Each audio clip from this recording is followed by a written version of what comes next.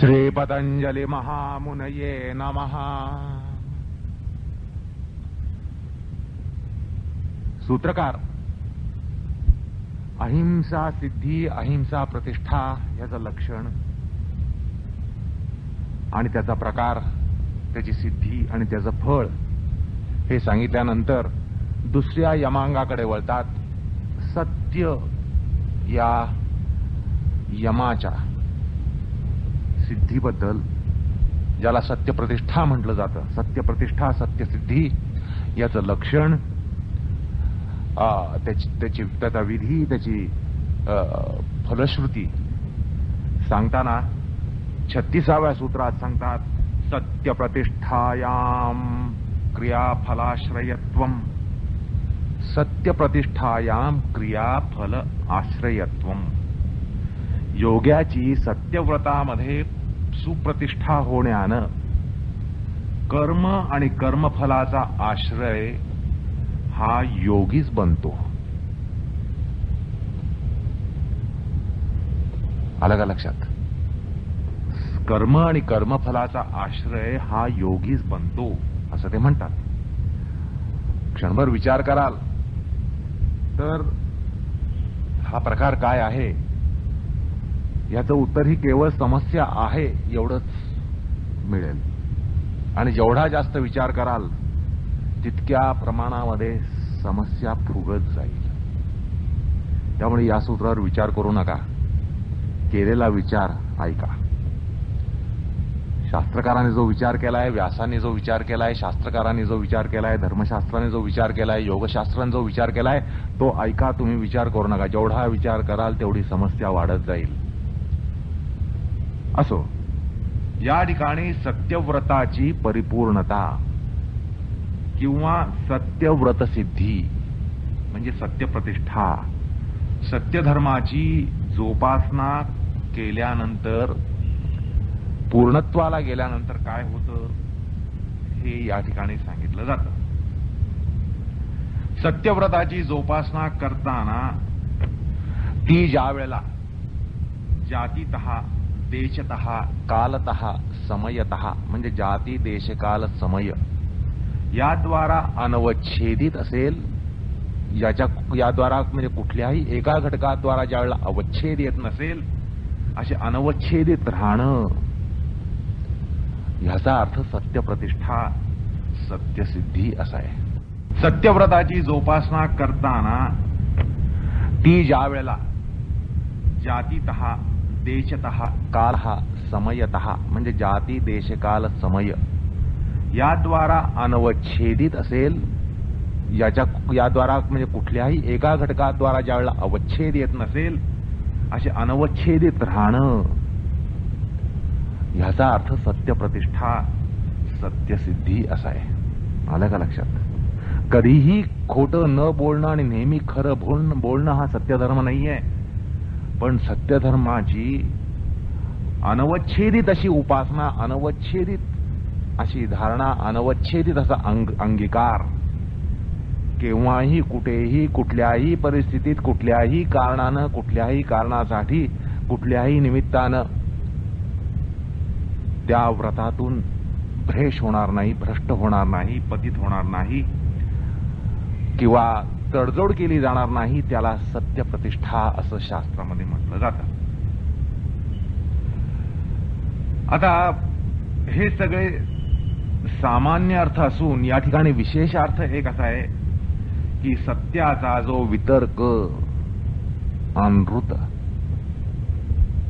आलं का लक्षात? म्हणजे आता जे सांगितलं तो सामान्य अर्थ आहे. आता विशेष अर्थ काय, नेमका अर्थ काय?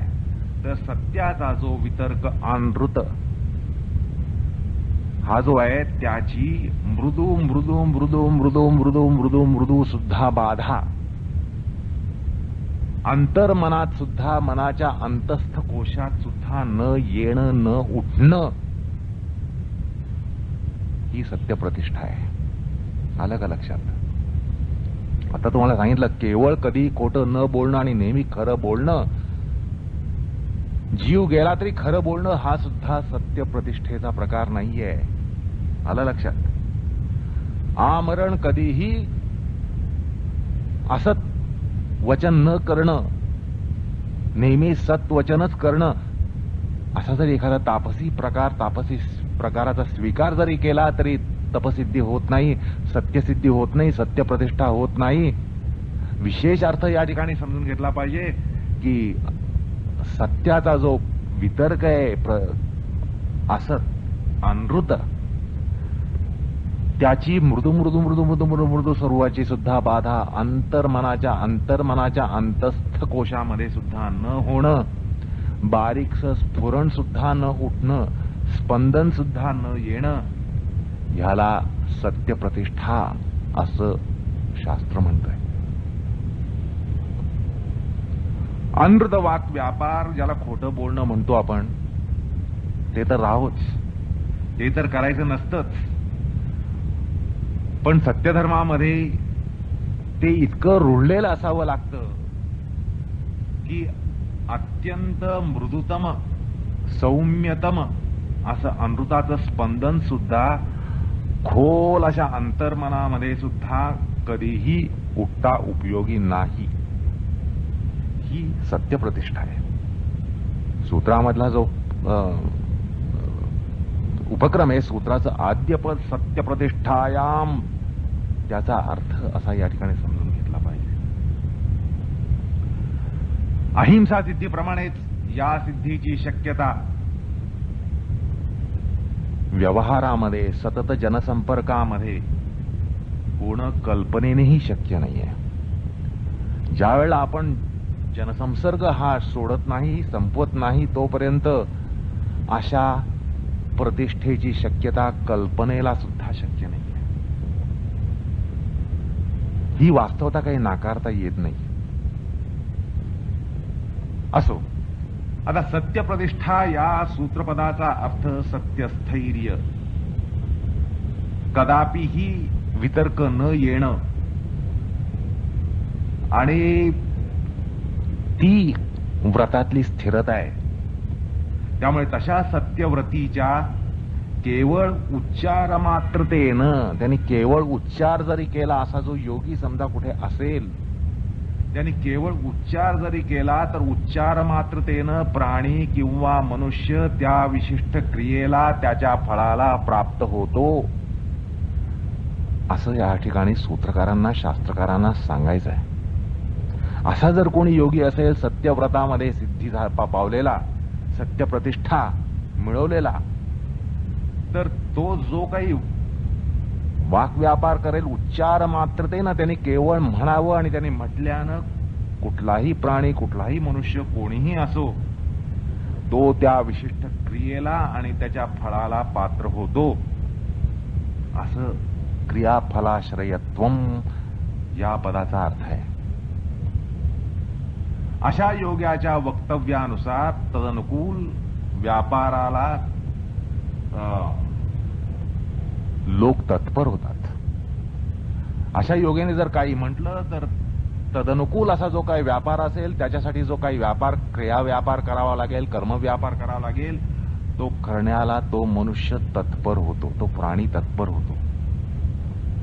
जर हा योगी फलनिर्देश करेल तर तशी फलप्राप्ती ही होते. अर्थात या योग्याची वाणी स्वोच्चारित कर्मफलाचा मूलाधार बनते. एकूण हा अजब प्रकार सांगण्यासाठी भाष्यकार स्पष्टीकरण द्यायला सुरुवात करतात.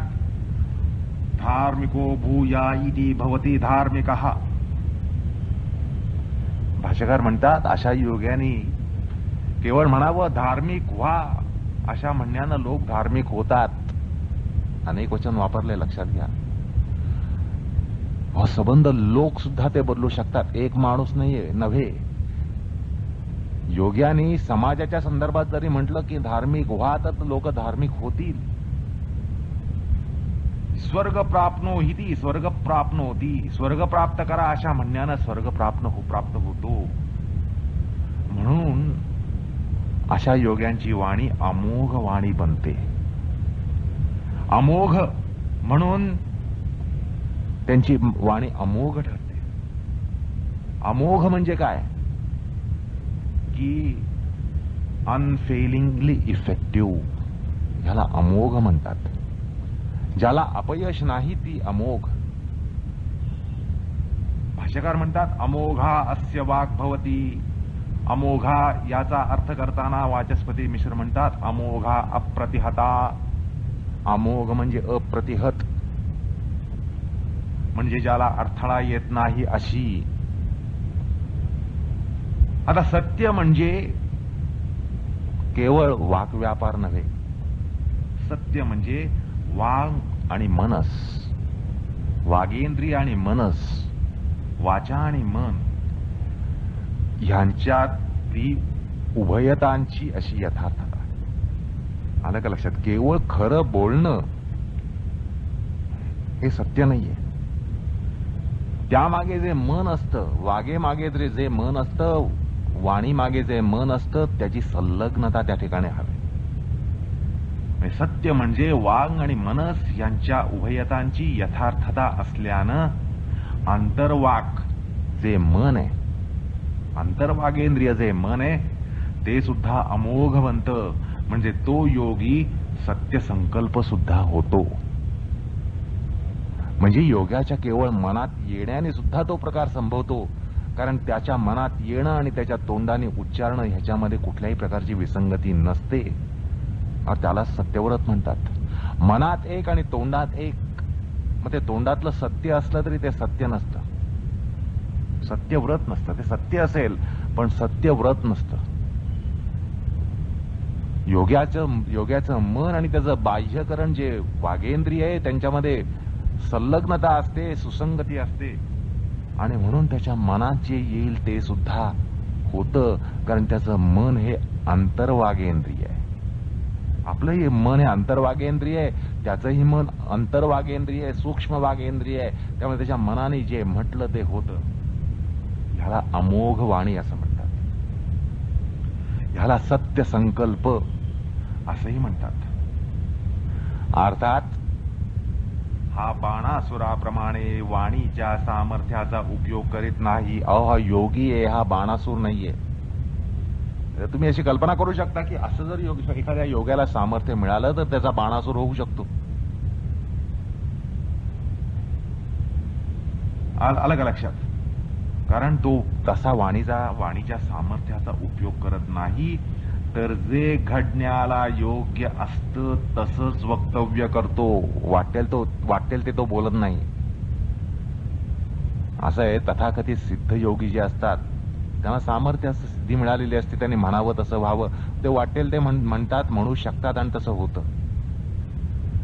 पण हा जो सत्यप्रतिष्ठित असा योगी आहे त्याच्या बाबतीत तसं होत नाही.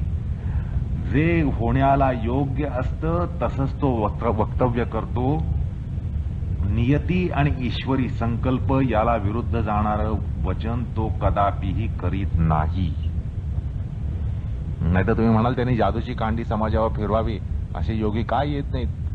म्हणावं सगळ्यांनी धर्मपथावर या, सगळ्यांनी स्वर्ग प्राप्त करा, सगळ्यांची दुःख नष्ट व्हावी. होऊन जाऊ की, सगळं होऊन जाऊ दे की. पण तो नियतीच्या विरुद्ध काहीही करत नाही, ईश्वरी संकल्पाच्या विरुद्ध काहीही वक्तव्य करत नाही. अन्यथा असा सिद्ध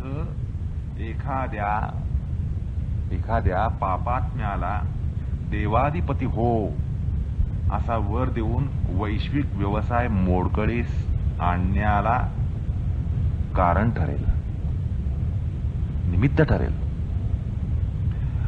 सिद्धयोगी हा वैश्विक व्यवस्थेला अडथळा, आडकाठी, बाधा, अटकाव, विरोध कधीही करत नाही.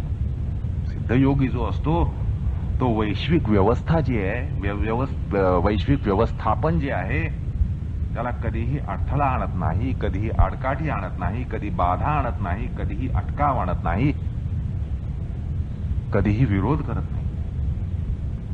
असा योगशास्त्राचा सिद्धांत आहे.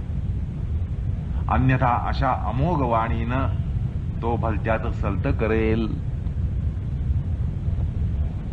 असं म्हणताही आलं असतं की तो भलत्याचं सलत करू शकेल, पण तो तसं करत नाही. असं सांगताना योग भाष्यकार म्हणतात की नच शक्तो अपि पदार्थ विपर्यासम करोति. न च शक्तो अपि पदार्थ विपर्यासम करोती. म्हणजे अमोघ वाणीतून तो जे करू शकतो ते असं की समजा एखाद्याला जहर विष दिलं गेलं तर हे अमृत ठरो असं म्हणून शक्तीचा विपर्यास करू शकेल. पण चंद्राला सूर्य हो किंवा सूर्याला चंद्र हो वगैरे वैश्विक पदार्थांना तो उलट सुलट करू शकणार नाही, करत नाही. न च शक्तो अपि पदार्थम विपर्यासम करोती. पदार्थांमध्ये विपर्यास करत नाही. शक्तीचा विपर्यास करू शकेल पण पदार्थाचा नव्हे. हे या ठिकाणी भाष्यकार स्पष्ट करतात. आता अमोघ वाणीनं तो वाटेल त्याला वाटेल तो वर देणार नाही. नियती आणि ईश्वर संकल्पाला जे विरुद्ध असेल ते तो करणार नाही. मात्र असं म्हणू नका या ठिकाणी एखादा हरीचा लाल या ठिकाणी भेटू शकतो. तो म्हणतो अहो जे घडणार नाही ते जर योगी घडवीत नसेल, जे घडणार नाही ते जर योगी घडवत नसेल तर त्याला अमोघत्व कसलं आलं. जे घडणार नाही, घडू शकत नाही ते जर तो घडवत नसेल तर त्यात अमोघत्व कुठलं आलं. असं आहे. कारण आपल्याला योग म्हणजे चमत्कार, योगी म्हणजे चमत्कारी असं एक मनाशी समीकरण बांधलं गेले असल्यामुळे आपल्याला असं अपेक्षित असतं की योगी आणि काय जे घडवू शकत नाही ते घडवावं तर तो योगी, नाही तर कुठला योगी. आलं का लक्षात. पण असं जरी असलं तरी त्याला प्राधान्यतेनं हा योगी निमित्त असतो. असं जरी आपण म्हटलं जे घडायचं ते घडणारच आहे तर योगी कशाला पाहिजे, तसं नाहीये. घडायचंय ते घडणारच असलं तरी त्याला अत्यंत महत्वाचं निमित्त या ठिकाणी योगी होतो. प्रत्येकाला निमित्त हवं. जे घडणार आहे ते घडायचं असलं तरी ते घडण्यासाठी निमित्त हे व्हावं लागतं. आलं का लक्षात. देणारा देतोच आहे, देणारा देणारच आहे म्हटल्यानंतर आपण खाटेवर बसून होत नाही. आलं का लक्षात. अहोरात्र खाटेवर बसून आपल्याला देणारा देणारच आहे अशा धारणेनं आपण राहू शकत नाही. देणारा देत असतो पण ते घ्यायला आपल्याला हात पुढे करावा लागतो, हाताची ओंजळ करावी लागते. आलं का लक्षात. त्यामुळे घडणारं जरी घडणार असलं तरी त्याला एक निमित्त लागतं. पण या ठिकाणी काय सांगायचंय की योगी केवळ निमित्त नसतो, योगी हा अत्यंत महत्वाचं निमित्त ठरतो. आलं का लक्षात. योगी निमित्त ठरतो, अत्यंत प्रबल असं निमित्त ठरत असतो त्या ठिकाणी. आणि तो स्वतःच्या वाणीद्वारा भगवत कार्य करतो. भगवत कार्य करण्याचं सामर्थ्य येणं याला सिद्धी न म्हणता काय म्हणाल. भगवत कार्य करण्याचं सामर्थ्य आपल्यामध्ये येणं हे सिद्धी नाही तर काय आहे. आलं का लक्षात. त्यामुळे ही सिद्धी नाहीये असं म्हणणं हे योग्य नाहीये. घडणारच घडतं, न घडणारं घडत नाही याला अमोघवाणी का म्हणा, तर तसं नाहीये. तो जर भगवत कार्य करण्याला सामर्थ्य मिळवत असेल, भगवत कार्य करण्याला तो समर्थ असेल तर ते सिद्धी नाही तर काय. म्हणून असा योगी लाभणं हे कदापिही अनिष्ट न ठरता सर्वथा सर्वदा इष्टच ठरणार आहे. असं आहे. तुम्हा आम्हाला जर अमोघ वाणी प्राप्त झाली, समजा तुम्हा आम्हाला जर अमोघ वाणी प्राप्त झाली तर जो अनाचार घडेल तसा या ठिकाणी कदापिही घडणार नाही. क्वचित आपल्याला वाक्सिद्ध माणसं भेटतातही, आपल्याला वाक्सिद्ध माणसं भेटतातही आणि जे भद्राभद्र काहीही बोलू शकतात. भद्र बोलतात, अभद्र बोलतात, काहीही बोलू शकतात आणि अशा घटनांना ते निमित्त होऊ शकतात असंही दिसतं, अनुभवाला येतं. पण योग्याचं असं नसतं. या योग्याची अशी केवलार्थानं वाक्सिद्धी नसते. अन्यथा सूत्रकार सत्यप्रतिष्ठायाम वाक्सिद्धी भवती असं म्हणले असते.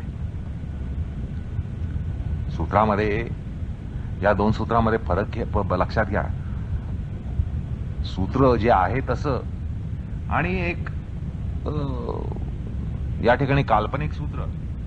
सत्य प्रतिष्ठायाम वाक्सिद्धी भवती असं सांगितलेलं नाहीये, हे लक्षात घ्या. असो, पण या ठिकाणी क्रियाफलाश्रयत्वम असं जे म्हणून म्हटलेलं आहे, याचा अर्थ असा की एखाद्याला जर स्वर्गभोग रूप फलाचं वक्तव्य असेल तर तद अनुगुण कार्य, स्वर्ग प्राप्तीला लागणारं पुण्यकर्म, पुण्यसंचय, ज्योतिष्टोम वगैरे योग याग हे करण्यासाठी हा योगी एखाद्या पापात्म्याला प्रवृत्त करेल. तो पापात्मा जरी असा असेल तर तो लगेच काही स्वर्गात जाणार नाही, तर तद अनुगुण जे पुण्यकर्म लागतं ते पुण्यकर्म करण्याला तो प्रयुक्त होईल. ज्योतिष्टोमासारखी यज्ञयाग करेल आणि ते करून तो स्वर्ग प्राप्त करून घेईल. आणि अशा कर्माला अनुगुण मनोधारणा, मनोप्रवृत्ती, मनोप्रकृती ही सगळी तो योगी घडवेल. असं आहे, जर ज्योतिष्टोमानच जर स्वर्ग प्राप्त होत असेल तर अशा कर्मविपाकाचा सिद्धांत जर असेल आणि जीवहत्या करणाऱ्याला नरक असेल तर अशा जीवहत्या करणाऱ्याला, एखाद्या क्ष व्यक्तीला तू स्वर्ग प्राप्त कर असं जर योगी म्हणेल तर क्ष व्यक्ती काही स्वर्गाला जाणार नाही. क्ष व्यक्ती ही पापक्षालनार्थ, पापाची तीव्रता कमी करण्यासाठी प्रायश्चित्तादी कर्म करेल. आलं का लक्षात? आणि ते करून पुण्य किंवा तीव्र पुण्यकर्मामध्ये तो प्रवृत्त होईल. ज्याला आपण पाहिलं सोपक्रम कर्म म्हणतात, असं सोपक्रम कर्म करेल आणि शिव विष्णू यांच्या ध्यानाद्वारा, जपाद्वारा किंवा ज्योतिष्टोमादी यज्ञांद्वारा तो योग्यता सिद्धी घेऊन स्वर्ग प्राप्त करेल. अर्थात पूर्वार्जित पापकर्म जन्य जे मल आहेत त्या मलांना, त्यांच्या फळांना तहकुबी मिळेल. कर्मसिद्धांत तुम्हाला आठवत असेल तर लक्षात घ्या, आपण त्या ठिकाणी तहकुबी हा प्रकार पाहिला. तशी आणि केलेली जी पापकर्म आहेत त्यांना तहकुबी मिळेल. आणि अशा जीवनधारणा किंवा परिणामांतराला योग्याची वाणी निमित्त ठरेल. आणि किती प्रबळ निमित्त हे लक्षात घ्या या ठिकाणी. कर्म त्या ठिकाणी तहकुबीला प्राप्त होईल.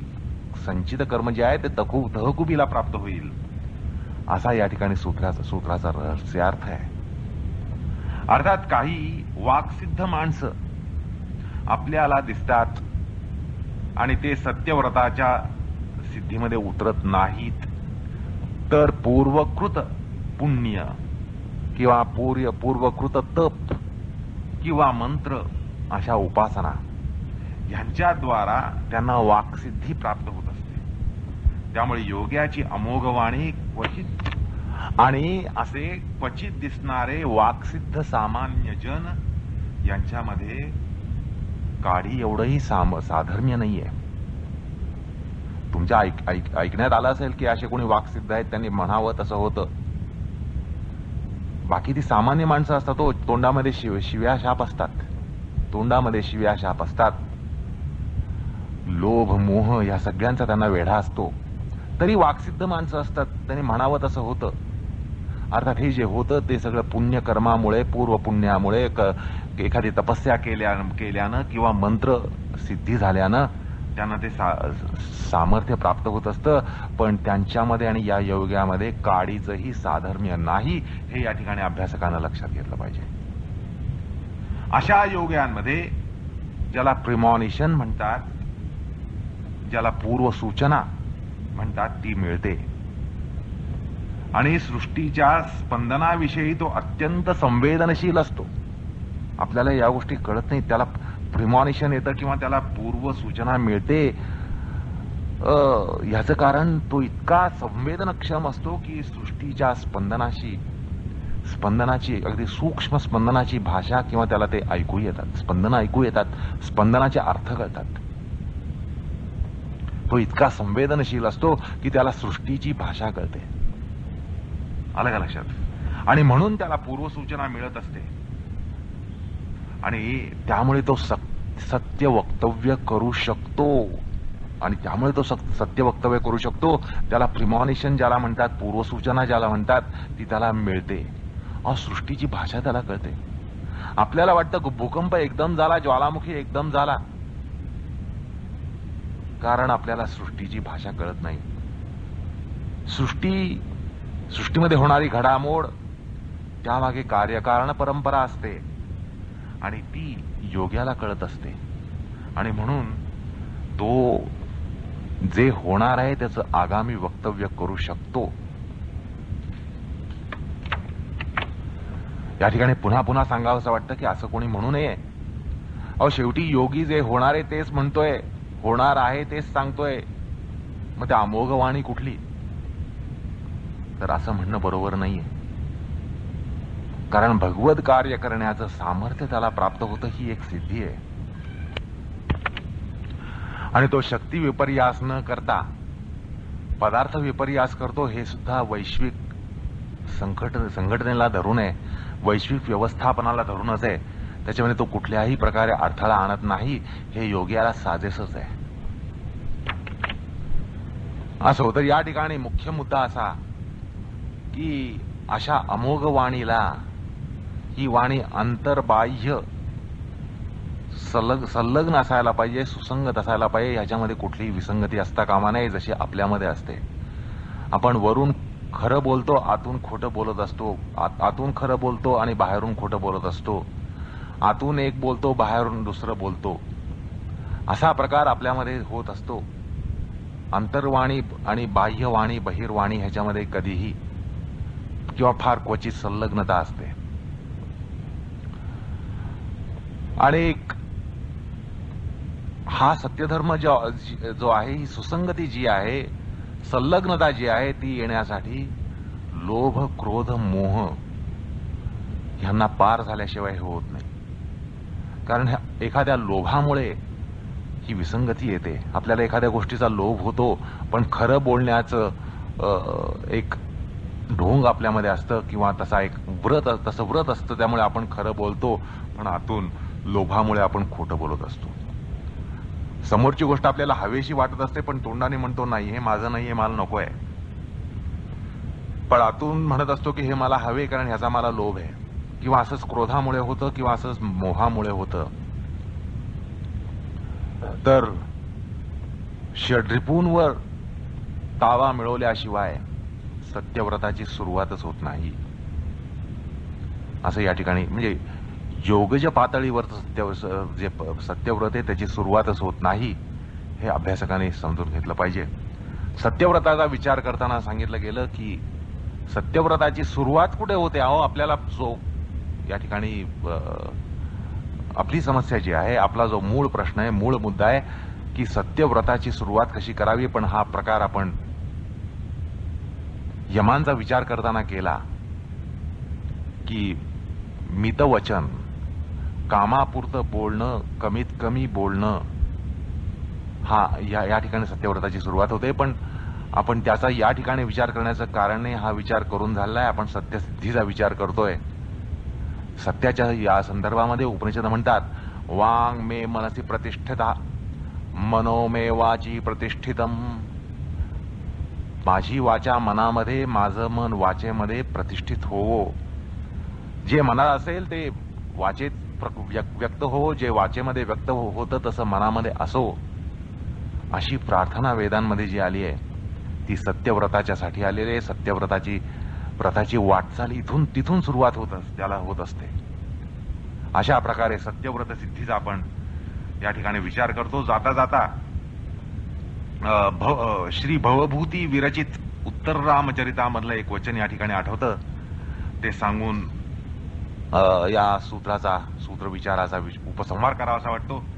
त्या ठिकाणी भवभूती म्हणतात, लौकिकानां हि साधूनां अर्थवाग अनुवर्तते, ऋषीणां पुनराधानां वाचम अर्थो अनुधावती. अत्यंत मार्मिक वचन आहे. ते म्हणतात, लौकिकामध्ये तुम्हा आम्हाला सामान्य जनांच्या संबंधामध्ये वाग जे आहे, वाचा जी आहे ती अर्थामागे जाते. पण म्हणजे काय, आगीला आग, पाण्याला पाणी असं आपण म्हणतो. जसा अर्थ असेल तसा आपण म्हणतो. समोर पाणी दिसलं तर आपण म्हणतो हे पाणी आहे, समोर आग दिसली तर म्हणतो आपण ही आग आहे. अर्थात जशी वस्तू तसा, जसा अर्थ तसा शब्द, हे आपल्या बाबतीत होतं. पण ऋषींचा, योग्यांचा प्रकार वेगळा आहे. त्यांच्या वाणीला अर्थ अनुसरतात. ते जर आग म्हणतील तर पाणी, तर पाण्याची सुद्धा आग होईल. आलं का लक्षात? आणि पाणी म्हणतील तर आगीचंही पाणी होईल. अशा प्रकारे ही योगसिद्धी असते, सत्यसिद्धी असते, असं भवभूती म्हणतात. अशा प्रकारे आपण सत्यप्रतिष्ठेचा विचार केला. आता आपण पुढल्या सूत्राकडे वळणार आहोत. सूत्रकार 37व्या सूत्रामध्ये अस्तेय प्रतिष्ठा, त्याचं लक्षण, त्याचं फळ हे सांगतात. त्याची सिद्धी, त्याचं फळ हे सांगतात. ते म्हणतात अस्तेय प्रतिष्ठायाम सर्वरत्नोपस्थानम. अस्तेय व्रतामध्ये स्थैर्य आल्यानं, प्रतिष्ठा आल्यानं रत्नोपलक्षित साधन संपत्ती योग्यापुढं स्वतः उपस्थित होते. अस्तेय प्रतिष्ठा, त्याचं फळ या ठिकाणी सांगितलंय. अस्तेय प्रतिष्ठा म्हणजे काय? अस्तेय म्हणजे अस्पृहा, म्हणजे अस्पृहा प्रतिष्ठा असं या ठिकाणी आपल्याला म्हणता येतं. अस्तेय म्हणजे चोरीचा अभाव नाहीये. आपण स्थेय याचा अर्थ चौर्य असा करतो, त्यामुळे अस्तेय याचा अर्थ अचौर्य नाहीये. कारण आपल्याला असं वाटतं की आपण सगळे काही चोर नाही, त्यामुळे आपण सगळे अस्तेय व्रतात आहोत, अस्तेय आपण पाळतो असं आपल्याला वाटतं. कारण आपण काही चोऱ्या माऱ्या करत नाही असं आपल्याला वाटतं. तर अस्तेय याचा अर्थ अस्पृहा. तर आपल्याला असं निश्चितच म्हणता येत नाही की आपण सगळे अस्पृहेने युक्त आहोत. स्पृहा आपल्यामध्ये उकळतीये. असो, अस्तेय याचा अर्थ अस्पृहा आणि अस्पृहा प्रतिष्ठा हा या ठिकाणी प्रकार सांगितला जात आहे. मग अस्पृहा प्रतिष्ठा म्हणजे काय? अस्तेय प्रतिष्ठा म्हणजे काय? तर मृदू मृदू मृदू मृदू मृदू मृदू स्वरूपाचा अंतर्मानसिक मनाच्या अंतस्थ कोशात सुद्धा स्थेयरूपी विकल्पाचं न उठणं, स्पृहा न उठणं, बारीकसं स्पंदन सुद्धा न येणं म्हणजे अस्तेय प्रतिष्ठा आहे. त्यानंतर सर्वरत्न म्हणजे काय? सर्वरत्न म्हणजे पृथ्वीच्या पोटामध्ये जो जो संपत्तीचा, रत्नांचा ठेवा असतो, साठा असतो, तो ठेवा. आणि तो काय? तर स्वतः उपस्थित होतो, स्वतः चालत येतो आणि उपस्थित होतो असं या ठिकाणी शास्त्रकार सांगतायत. आता या सिद्धीचं हे फळ आहे, अस्तेय सिद्धीचं हे फळ आहे सर्वरत्नोपस्थानम. सर्व रत्न स्वतःहून चालत येतात असं या सिद्धीचं फळ आहे. रत्न ह्याचा अर्थ उत्कट, अत्यंत मूल्यवान वस्तू असा आहे. रत्न ह्याचा अर्थ अत्यंत उत्कट मूल्यवान अशी वस्तू. पृथ्वीच्या कोणत्याही स्थानातलं रत्न योग्याला जागच्या जागी उपलब्ध होतं असं या ठिकाणी सांगितलंय. आणि हा प्रकार सांगताना भाष्यकार म्हणतात सर्व दिक्स्थानानि अस्य उपतिष्ठन्ते रत्नानी. अर्थात सर्व स्थानांमध्ये स्थित असलेली रत्न पृथ्वीच्या पोटामध्ये कुठेही असो, भारतामध्ये असलेल्या योग्याला दक्षिण अमेरिकेमध्ये असलेल्या भूगर्भस्थ रत्नाची सुद्धा प्राप्ती स्वतःहून होते, ते चालत येतं असं या ठिकाणी सांगितलं गेलेलं आहे. सर्व दिक्स्थानानी, सर्व स्थानांमध्ये, सर्व दिशांमध्ये स्थित असलेली रत्न त्याला जागच्या जागी प्राप्त होतात. या ठिकाणी छांदोग्यातली एक श्रुती स्मरते. यम यम अभिमत कामो भवति यम कामं कामयते सो अस्य संकल्पादेव समुतिष्ठन्ति तेन संपन्नो महीयते. अक्षरशः हेच सांगितलंय. यम यम अभिमत कामो भवति, जे जे अभिमत असं इच्छा असेल, कामना असेल, यम यम कामयते, जी कामना असेल सो अस्य संकल्पादेव समुतिष्ठन्ती, केवळ इच्छा मात्रेण ते त्या ठिकाणी प्राप्त होतात. तेन संपन्नो महीयते, त्याने तो संपन्न होतो. अर्थात योग्याला जी कामना होते ती निश्चितच स्वार्थापोटी, तृष्णेपोटी, तृष्णाजन्य अशी नसते, हे काही सांगावं लागत नाही. तर ईश्वरी कार्याच्या पूर्ततेसाठी, परानुग्रहासाठी तो हे करतो. तुम्ही म्हणाल, अहो योग्याला पाहिजे कशाला रत्न? योग्याला ही भूगर्भस्थ संपत्ती जी आहे, दिव्य रत्न आहेत, सोनं म्हणा, अमुक तमुक जे आहे, हिरे माणके, ते योग्याला हवे कशाला? खरोखर आहे, योग्याला लागत नाही, योग्यासाठी हे नसतं. पण म्हणूनच तो स्वार्थापोटी, त्याला तृष्णाजन्य अशी कुठली इच्छा नसते. ईश्वरी कार्याच्या पूर्ततेसाठी आणि अनुग्रहासाठी, दुसऱ्याला अनुग्रह देण्यासाठी तो हे करतो.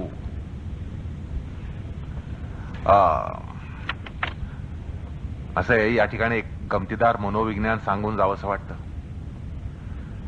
तुमचा आमचा सगळ्यांचा अनुभव आहे, आपण ज्या गोष्टीची इच्छा धरतो ती गोष्ट आपल्याला मिळत नाही, ती आपल्यापासून दूर जाते, असलेली नाहीशी होते. ज्याचा आपल्याला वेड असेल, ज्याचा आपल्याला पछाड असेल, ती वस्तू जर आपल्याकडे असेल, आपल्याला त्याचा पछाड असेल, तर त्या ठिकाणी वियोग संभवतो. अत्यंत प्रियतम असलेली गोष्ट, त्याच्याशी आपला वियोग लवकर होतो, हा आपला अनुभव आहे. अत्यंत हवेशी वाटणारी गोष्ट आपल्याला मिळत नाही, हाही आपला अनुभव आहे.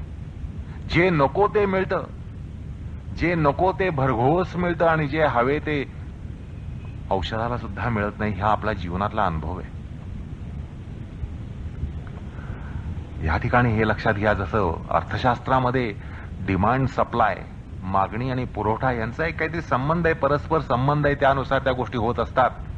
तसं या ठिकाणी एक समजून घ्या, ज्या गोष्टीची आपण जितकी तीव्रतेनं इच्छा धरतो तितक्याच प्रमाणामध्ये ती आपल्याला प्राप्त होत नाही, हा आपला अनुभव आहे, हा जीवनाचा अनुभव आहे, प्रत्येकाचा अनुभव आहे. आणि पुन्हा जे नको असतं ते खंडी भरून भरून येत असतं. नको ते आपल्या पायाशी लोळून घेतं, पण हवे ते आपल्याला असं वाटतं की नेहमीच ते क्षितिजावर राहतं. जसं आपण जवळ जावं तसं ते लांब जातं. अलग लक्षात. हा जो अनुभव आहे ना, यावरनं, या सूत्रात जो प्रकार सांगितलाय तो अत्यंत सुसंगत असल्याचं लक्षात येतं. जे आपल्याला हवे असतं ते आपल्याला मिळत नाही, नको असतं ते आपल्याला मिळत असतं. या ह्याच्यावर हे नको असतं जे ते मिळत असतं, हे जे विधान आहे ना, ते अधोरेखित करा. आणि नेमकं हेच योग्याच्या बाबतीत होतं. योग्याचं जे जाज्वल्य वैराग्य असतं, त्या वैराग्यामुळे, तृष्णा नसल्यामुळे त्याला या सगळ्या गोष्टी नको असतात. अहो रत्न आणि माणकं आणि हिरे आणि सोनं हे काय योग्याला हवे असतं का? मुळीच नाही. त्याला त्या गोष्टी नकोशा असतात, तुम्ही दिल्या तरी तो घेत नसतो. त्या नकोशा असलेल्या गोष्टी असतात म्हटल्यानंतर काय झालं, आत्ताचा जो आपण नियम पाहिला, जीवनाचा नियम पाहिला, त्यानुसार काय होतं, नको ते पायाशी येत असतं. या नियमानं त्याला या सगळ्या रत्नांच्या बाबतीत ते स्वतः उपस्थित होता, पायाशी लोळण घेतात, असं सूत्रकार सांगतात. यात विसंगत काही नाहीये. नाहीतर तुम्हाला असं वाटेल की अस्तेय प्रतिष्ठान, चोरी न करणं, चौर्यभाव न ठेवणं आणि हे सगळं प्राप्त होणं, याला काय अर्थ आहे? काय संबंध काय याचा? तर असा संबंध आहे जीवनामध्ये. आपल्याला जो अनुभव येतो त्या अनुभवाला अनुसरून धरून त्याच सिद्धांतावर आपल्याला हे विधान या ठिकाणी प्राप्त होतं की अस्तेय प्रतिष्ठेनं सर्व रत्न त्या योग्याच्या पायाशी लोळण घेतात. आलं का लक्षात? अस्तेय प्रतिष्ठा झाली आहे. अस्तेय प्रतिष्ठा झाली म्हटल्यानंतर ही जी दिव्य संपत्ती आहे, मौल्यवान संपत्ती आहे, त्याच्याबद्दल योगी कसा असेल हे सांगण्याचं कारण नाही. आलं का लक्षात? योग्याच्या वैराग्यामुळे त्याला या गोष्टींबद्दल त्याची भूमिका, मनोभूमिका काय असते हे सांगायचं कारण नाही. त्याला वितृष्णा असते, तृष्णा अजिबात नसते. आणि त्यामुळे या गोष्टी त्याच्या पायाशी लोळण घेतात. हे जे शास्त्रकार सांगतात ते त्यातली जी सुसंगती आहे ती सुसंगती या ठिकाणी लक्षात येते. आणि म्हणून सूत्रामध्ये जे सांगितलंय त्याबद्दल आपल्या धारणाही पक्क्या होऊ शकतात. आणि एक दुसरी महत्वाची गोष्ट लक्षात घ्यायची म्हणजे अस्तेय प्रतिष्ठा म्हणजे ही केव्हा शक्य होते तर त्या ठिकाणी जाज्वल्यमान असं वैराग्य हवे, वितृष्णा हवी. तृष्णा असता कामा नये, कुठल्याही विषयाबद्दल वस्तू विषयाबद्दल तृष्णा असता कामा नये. आणि म्हणूनच तुम्हाला सांगितलं की अस्पृहा प्रतिष्ठा आहे. ही अस्पृहा प्रतिष्ठा आहे. अस्पृहा निस्पृहा जी आहे ती त्याची ही प्रतिष्ठा आहे आणि त्याच्यामुळे हे होत असतं. आणि ही प्रतिष्ठा कशी प्राप्त होते तर आपण गत 2 सूत्रामध्ये विचार केला त्याप्रमाणेच किंवा सूत्रकारांनी सांगितल्याप्रमाणेच ही जी स्पृहा आहे त्याची कारणं कुठे आहेत? लोभ, क्रोध, मोह यांच्यामध्ये आहेत. त्यामुळे ही जी कारणं आहेत ती असता कामा नयेत, त्यांचा अभाव असला पाहिजे. तसंच आधिमात्र, मध्यम आणि ती मृदू अशा प्रकारचे वितर्क असतात. त्यातल्या कुठल्याही प्रकारचा वितर्क किंबहुना मृदुतम असा जो वितर्क असेल तो वितर्क सुद्धा उठता कामा नये. अंतर्मनात सुद्धा बारीकसं स्पंदनही असता कामा नये. ही अस्तेय प्रतिष्ठा आहे. जीवनामध्ये कुठल्याही गोष्टीची कधी इच्छा धरली नाही किंवा कुठल्याही गोष्टीची चोरी केली नाही, मानसिक चोरी केली नाही, ही केवळ अस्तेय प्रतिष्ठा नाहीये. आलं का लक्षात?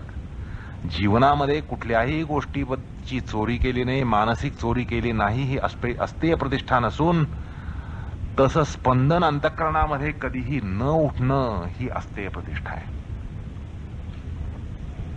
असो, या ठिकाणी जे सांगितलं आता सूत्रकारांनी जे सांगितलं आणि पुन्हा छांदोग्य श्रुती जी आपण पाहिली त्यामध्ये तसाच प्रकार सांगितला की अशा योग्याला त्यांनी संकल्प करावा, इच्छा धरावी, ते त्याला प्राप्त होत असतं. आणि तो इच्छा का धरतो तर स्वार्थासाठी नाही तर ईश्वर कार्याच्या पूर्ततेसाठी, परानुग्रहासाठी, दुसऱ्यावर अनुग्रह करण्यासाठी, ईश्वराचे जे भक्त असतील त्यांच्यावर अनुग्रह करण्यासाठी तो यांची इच्छा कामना धरतो. या ठिकाणी एक ऐतिहासिक प्रसंग आठवतो शिवचरित्रातला. शिवरामदास प्रसंग आहे. संत रामदास आणि छत्रपती शिवाजी महाराज यांच्या जीवनातला हा प्रसंग आहे. छत्रपती शिवाजी महाराज हे आचार्य दर्शनासाठी येतात, रामदासांच्या दर्शनासाठी येतात. दऱ्याखोऱ्यातून आल्यानं शिवछत्रपतींना जबरदस्त तहान लागते, तृष्णा लागते. ते तृष्णेने पीडित झालेले असतात. तेव्हा रामदास त्यांच्या हाताच्या कुबडीनं शेजारचा धोंडा नुसता हलवतात आणि तो हलवतात थंड स्वच्छ झरा त्या ठिकाणी लागतो. अर्थात अस्तेय सिद्धीचा हा एक प्रकार आहे. आणि या ठिकाणी एक लक्षात घ्या, या ठिकाणी हे जे निर्मळ जल आहे, स्वच्छ थंड असं जे जल आहे त्याचं मूल्य कुठल्याही हिऱ्या माणक्यापेक्षाही किती अधिक आहे सांगायचं कारण नाही. तृष्णेने पीडित झालेला माणूस त्याच्यासाठी पाण्याचं मूल्य किती असतं हे सांगायचं कारण नाही. ते किती मूल्यवान असतं हे सांगायचं कारण नाही. आणि तसाच प्रसंग शिवछत्रपतींच्या जीवनात त्या ठिकाणी आला होता. तृष्णेने अत्यंत पीडित झालेले होते आणि त्यावेळेला नुसता धोंडा हलवून रामदास स्वामी त्या ठिकाणी स्वच्छ आणि थंड पाण्याचा झरा त्या ठिकाणी दाखवून देतात आणि शिवछत्रपतींना त्या ठिकाणी सर्वात मूल्यवान अशा रत्नाची प्राप्ती होते. अर्थात मुद्दा असा आहे की यासाठी अस्तेय सिद्धीसाठी निरभिलाष अशी वृत्ती हवी, निरभिलाष अशी वृत्ती हवी. आणि ती सुद्धा मनाच्या अंतस्थ कोशापासून बाह्येंद्रियांपर्यंत अणुरेणूंमध्ये असायला पाहिजे, तरच ती अस्तेय प्रतिष्ठा असते. अशा प्रकारे अस्तेय प्रतिष्ठेचा प्रकार सूत्रकार या 37व्या सूत्रात सांगून पुढल्या सूत्राकडे वळतात. 38व्या सूत्रामध्ये ब्रह्मचर्य प्रतिष्ठा ही सांगतात, ब्रह्मचर्य सिद्धी सांगतात. म्हणतात ब्रह्मचर्य प्रतिष्ठायाम वीर्यलाभ ब्रह्मचर्याच्या सुस्थिर होण्यानं, ब्रह्मचर्याच्या व्रतामध्ये प्रतिष्ठित होण्यानं अपूर्व असं सामर्थ्य येतं, वीर्य लाभ, अपूर्व सामर्थ्य येतं. अशा प्रकारे 38वं सूत्र या ठिकाणी येतं. ब्रह्मचर्याची परिपूर्णता ही वितर्कबाधेच्या आत्यंतिक विनिवृत्तीमध्ये असते. वितर्कबाधा जी अब्रह्मचर्य स्खलन आहे, ती जी बाधा आहे त्याची आत्यंतिक निवृत्ती, त्याचा आत्यंतिक अभाव होण्यानं होत असते. अन्यथा केवळ मानसिक वितर्क येऊन, लक्षात घ्या मुद्दा, की केवळ मानसिक वितर्क येऊन शुक्राचं रेतसांतर होत असतं असं जीवरसायन शास्त्र सांगतं, शरीर विज्ञान सांगतं. केवळ मनामध्ये स्खलन येण्यानं, मनामध्ये लैंगिक वृत्ती उठण्यानं शुक्राचं रेतसामध्ये रूपांतर होत असतं, तत्क्षणी होत असतं. आपण ब्रह्मचर्याच्या प्रकरणामध्ये विचार करताना हा प्रकार पाहिला. तर अर्थात ते जे स्खलन आहे, ते स्खलन न होण्यानं काय होतं हे पण शास्त्र सांगतं. ते स्खलन न होण्यानं वीर्य लाभ होत असतो, असं या ठिकाणी शास्त्रकार सांगतात. मग या सूत्रामध्ये विशेष तात्पर्य काय सांगितलंय असं म्हणता येतं. हो ठीक आहे, ब्रह्मचर्य आहेच, वीर्यनाश नाही म्हटल्यानंतर वीर्य लाभ आहे, मग यात खास काय सांगितलंय असं या ठिकाणी विचारता येतं. ब्रह्मचर्य व्रतानं पुष्ट शरीर लाभतं असा एक समज आहे की ब्रह्मचर्याचं पालन न करण्यानं शरीर निशक्त होत जातं, शक्तिनाश होतो, शक्तिऱ्हास होतो, असा एक अध्यात्मामध्ये अशी एक पक्की धारणा आहे. त्यामुळे ब्रह्मचर्य प्रतिष्ठेनं किंवा ब्रह्मचर्याच्या व्रतानं शरीर पुष्ट होतं, हे या फळाला विशेष अर्थ काही नाही, हे स्वाभाविक आहे. पण असं आहे की ब्रह्मचर्याच्या या पातळीमध्ये अशी क्षुल्लक फलनिष्पत्ती या ठिकाणी सांगितलेली नाहीये. सूत्राचा अर्थ समजून घ्या. सूत्र वाटतं तसं नाहीये की ब्रह्मचर्य पालनानं, व्रतानं, व्रतसेवनानं तुम्हाला शरीरपुष्टी मिळते, इतकं क्षुल्लक फळ ब्रह्मचर्याला सांगितलं नाहीये. ब्रह्मचर्याचा निग्रह किती असतो हे सांगायचं कारण नाही, त्याला इतकं क्षुल्लक फळ सांगणं हे ब्रह्मचर्याला अवमानास्पद आहे. त्यामुळे वाटतं तसं सूत्राचा अर्थ या ठिकाणी नाहीये. वीर्यलाभ असा या ठिकाणी सामान्य अर्थ घेण्यानं सूत्रामध्ये विशेष तात्पर्य राहत नाही आणि सूत्रावर अन्याय होतो, ब्रह्मचर्य व्रतावरही अन्याय होतो. त्यामुळे सामान्य अर्थ वीर्यलाभ म्हणजे शक्तिलाभ, सामर्थ्य, शक्ती सामर्थ्य, शारीर सामर्थ्य असा अर्थ घेणं हे या ठिकाणी प्रस्तुत नाहीये, सूत्राला न्याय देणार नाहीये. ब्रह्मचर्य सेवनामध्ये वीर्यलाभ होणं हे अत्यंत स्वाभाविक आहे. त्यामुळं या ठिकाणी वीर्यलाभ ह्याला विशेषार्थ आहे हे सिद्ध होतं. या विशेषार्थाची वाच्यता करताना भाष्यकार म्हणतात, यस्य लाभात अप्रतिघान गुणान उत्कर्षयति. वीर्यलाभ म्हणजे काय, नुसतं पुष्ट शरीर नव्हे. यस्य लाभात अप्रतिघान गुणान उत्कर्षयति, अर्थात या सामर्थ्यानं, वीर्यलाभानं अप्रतिघात असं किंवा प्रतिघात रहित असं गुणवर्धन, गुणोत्कर्ष हा होत असतो. हे गुण म्हणजे कोणते, तर वाचस्पती मिश्रांनी अणिमादी अष्टसिद्धी जी आहेत त्यांना उत्कर्ष ठरवलंय. तर विज्ञान भिक्षूंनी ज्ञान क्रिया शक्ती असा अर्थ केलेला आहे. ज्ञान क्रिया शक्ती, सगळं सामर्थ्य, धर्म सामर्थ्य, ज्ञान सामर्थ्य, वैराग्य सामर्थ्य, अध्यात्मात लागणारं सामर्थ्य असा त्याचा अर्थ केलेला आहे की ज्ञानक्रिया शक्ती याचा उत्कर्ष अप्रतिहतपणे होतो असं त्याने म्हटलंय. तर भोजवृत्तीकारांनी शरीर, इंद्रिय, मन यांना निस्सीम बल येतं असं म्हटलेलं आहे. आणि ते कसं तर योग धर्मोपयोगी गुणवर्धन असं त्या ठिकाणी म्हटलेलं आहे.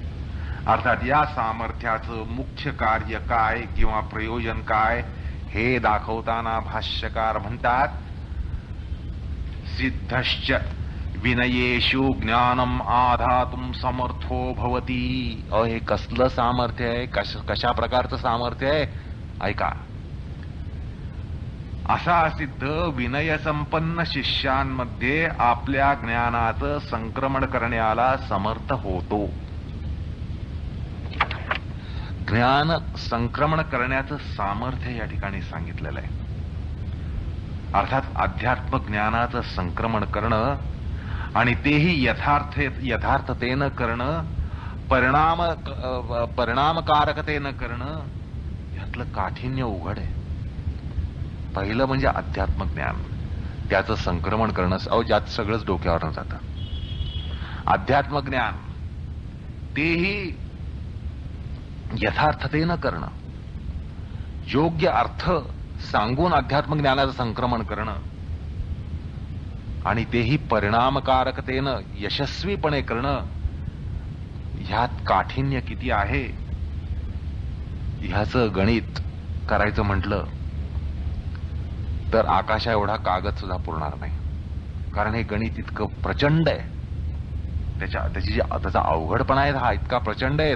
थोडक्यात सांगायचं म्हणजे अनंत असा त्यातला काठिण्याचा भाग आहे, अवघडपणाचा भाग आहे. असे या अध्यात्म विषयामध्ये जे सूक्ष्म विचारांचे विषय आहेत ना, ते विषय सूक्ष्म विचारांचे, ते सुलभतेनं, यथार्थतेनं, यशस्वीतेनं, यशस्वीपणे संक्रमण करण्यासाठी जे सामर्थ्य लागतं ते कसं प्राप्त होतं, कशा प्रकारचं असतं तर ऐका, अभ्रष्टशील हवं. त्यासाठी अभ्रष्टशील हवे किंवा शील संपन्न असं ते व्यक्तिमत्व हवं. आणि तशा आचार्यालाच हे सामर्थ्य प्राप्त होत असतं. भ्रष्टाचार्य असेल तर त्याच्या वागद्वारा, त्याच्या वचनाद्वारा शास्त्र रहस्याचा अप्रतिहत निर्मळ प्रवाह वाहू शकणारच नाही. कारण तो स्वतः स्खलित किंवा तो स्वतः स्खलित असतो. त्याच्या वाक्व्यापारामध्ये आत्मवंचना असते, फसवेगिरी असते, मिथ्याचार असतो. त्यामुळे त्याचं वक्तव्य हे ह्याच्यामध्ये द्वैविध्य असतं. ज्याला डबल स्टँडर्ड म्हणतात तसं त्याचं वक्तव्य असतं, तसं त्याचं जीवन असतं. एखाद्या स्त्री लंपटानं जर ब्रह्मचर्यावर आख्यान देण्यास सुरुवात केली तर त्याच्यामध्ये जो आंतरिक कल्लोळ असतो तो पूर्वार्जित शुद्ध ज्ञानाचं संक्रमण करण्यामध्ये प्रतिघात करत असतो. जसं रोग्याला आरोग्य मीमांसा करायला सांगणं, भोग्याला वैतृष्ण मीमांसा करायला सांगणं, चोराला अस्तेय मीमांसा करायला सांगणं, हिंसकाला अहिंसा मीमांसा, अधर्मिक जो आहे त्याला धर्म मीमांसा, हे करताना जे आंतरिक बंड, आंतरिक विरोध, प्रतिघात, आत्मवंचना यांच्याशी जी मारामारी करावी लागते ना, तसंच ब्रह्मचर्यामध्ये निष्ठा नसलेल्याला अध्यात्मामध्ये कुचंबणा होते. अध्यात्म ज्ञान संक्रमण करण्यामध्ये त्याला कुचंबणा होत असते. आणि त्या अशा संक्रमणानं काय होत असेल तर रामकृष्ण परमहंसांच्या भाषेत सांगायचं म्हणजे हागऱ्या गुरुचे पादरे शिष्य निपसतात. असो, ब्रह्मचर्याचा विचार करताना आपण असं पाहिलं की शुक्राच्या ऊर्ध्वगमनानं ज्ञानधारक बुद्धी प्राप्त असते आणि बुद्धीमध्ये रहस्य भेदन करण्याचं सामर्थ्य येतं.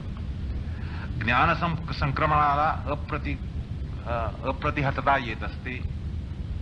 आणि याचं मुख्य कारण की ब्रह्मचर्यवान अभ्रष्ट असतो. जो ब्रह्मचर्य संपन्न असतो तो अभ्रष्ट असतो, शील संपन्न असतो. त्याच्या आचारात आणि विचारामध्ये ऐक्य असतं, विसंगती नसते. आलं का लक्षात? आचार आणि विचार ह्याच्यामध्ये ऐक्य असतं, ह्याच्यामध्ये कुठल्याही प्रकारची विसंगती नसते. आणि तो निरवंचपणे नैतिक अधिकारासह ज्ञान संक्रमण करत असतो, करू शकतो. आणि म्हणून त्याला कमालीचं साफल्य येत असतं. अन्यथा ब्रह्मचर्य भ्रष्ट असताना, नैतिक अधिकार नसल्यानं त्याच्यातील आचार्य वृत्ती ही दिखाऊ असते, फसवी असते आणि भ्रष्ट असते. त्यामुळे ज्ञान संक्रमण योग्य परिणाम करीत नाही. अर्थात एखादा योगाचार्य आणि त्याचं ब्रह्मचर्य सेवन यांचा अन्योन्य संबंध हा आवश्यक असतो आणि तो शास्त्रकार या ठिकाणी सांगून जातात. आलं का लक्षात? अशाच तात्पर्यानं वाचस्पती मिश्र म्हणतात, विनयेषु शिष्येषु ज्ञानम योग तद अंग विषयम आधातुम समर्थो भवती इति. आलं का लक्षात? विनयेषु शिष्येषु ज्ञानम योग तद अंग विषयम आधातुम समर्थो भवती. विनयशील असा शिष्य असेल त्याला योग आणि योगांगाचं जे ज्ञान आहे, योग विषयक आणि योग अंगविषयक जे ज्ञान आहे ते संक्रमण करण्यामध्ये त्याला सामर्थ्य प्राप्त होत असतं, तो यशस्वी होत असतो. भिक्षू या ठिकाणी म्हणतात, स्वयं ज्ञानी भूत्वा शिष्येषु ज्ञान आधान समर्थ्यश्च भवती इति अर्थः. तसंच तेही म्हणतात. अलग अलग.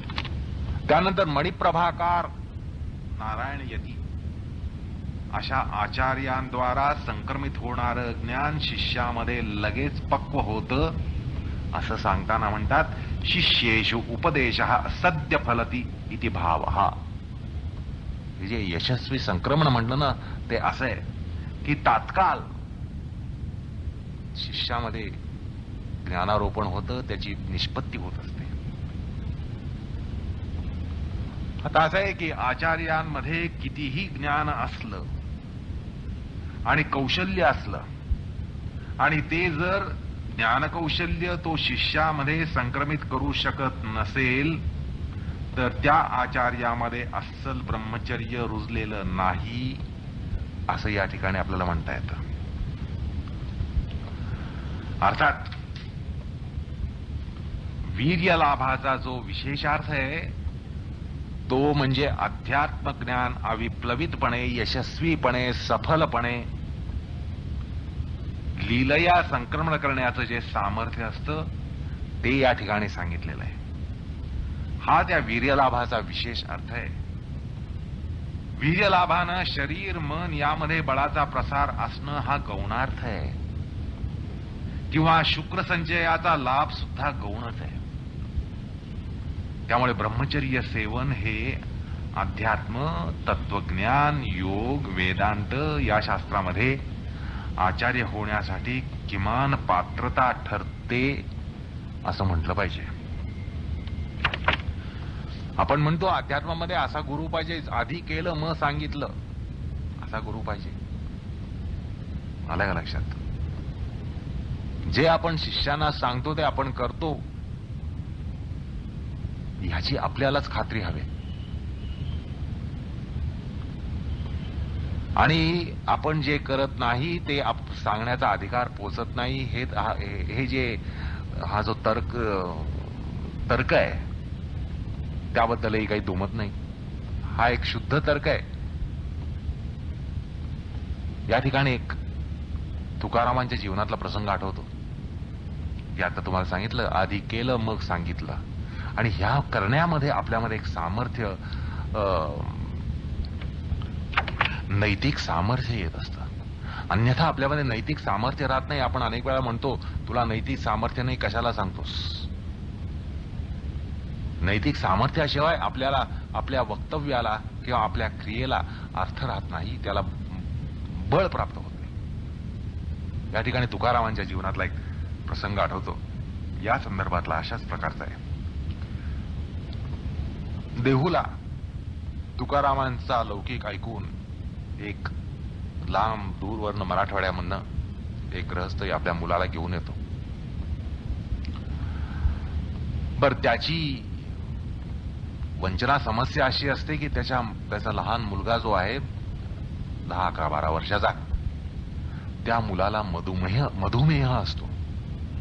आणि मधुमेह असून सुद्धा लहान बालक आहे, त्याला गोळ्या चॉकलेट ह्याचं वेट किती असते आज सांगायचं कारण नाही. त्याला त्यावेळेला खडी साखर गोड पदार्थ ह्यांचं वेड होतं. गुळ म्हणा, साखर मध, गोड पदार्थांचं त्यांना वेड होतं. लहान मुलांना गोड पदार्थाचं वेड असतंच. त्याला त्याचे आई वडील, त्याचे नातेवाईक, त्याचे आप्त अनेक प्रकाराने सांगून बघायचे. सर्व विधीने सांगून पाहिलं, प्रेमाने सांगून पाहिलं, क्रोधानं सांगून पाहिलं, धाक धपटशा दाखवून सांगून पाहिलं, सगळ्या प्रकारचे विधी करून पाहिले, पण ते मूल काय ऐकेना. शेवटी त्या बापाला असं वाटलं की आपण ह्याला त्या तुकाराम महाराजांकडे घेऊन जाऊया, म्हणजे महाराज काहीतरी कृपा करतील आणि ह्याचं जे गोड खाण्याचं वेळ आहे ते कमी होईल आणि मधुमेह याच्यावर नियंत्रण येईल. म्हणून तो मराठवाड्यातून अगदी देहूपर्यंत येतो आणि तुकारामांना आपली समस्या सांगतो. आणि ती सांगितल्यानंतर तुकाराम महाराज म्हणतात, ठीक आहे, तुम्ही 2-3 दिवसांनी या आणि 2-3 दिवसामध्ये तुम्ही इतर जी या ठिकाणी तीर्थक्षेत्र आहेत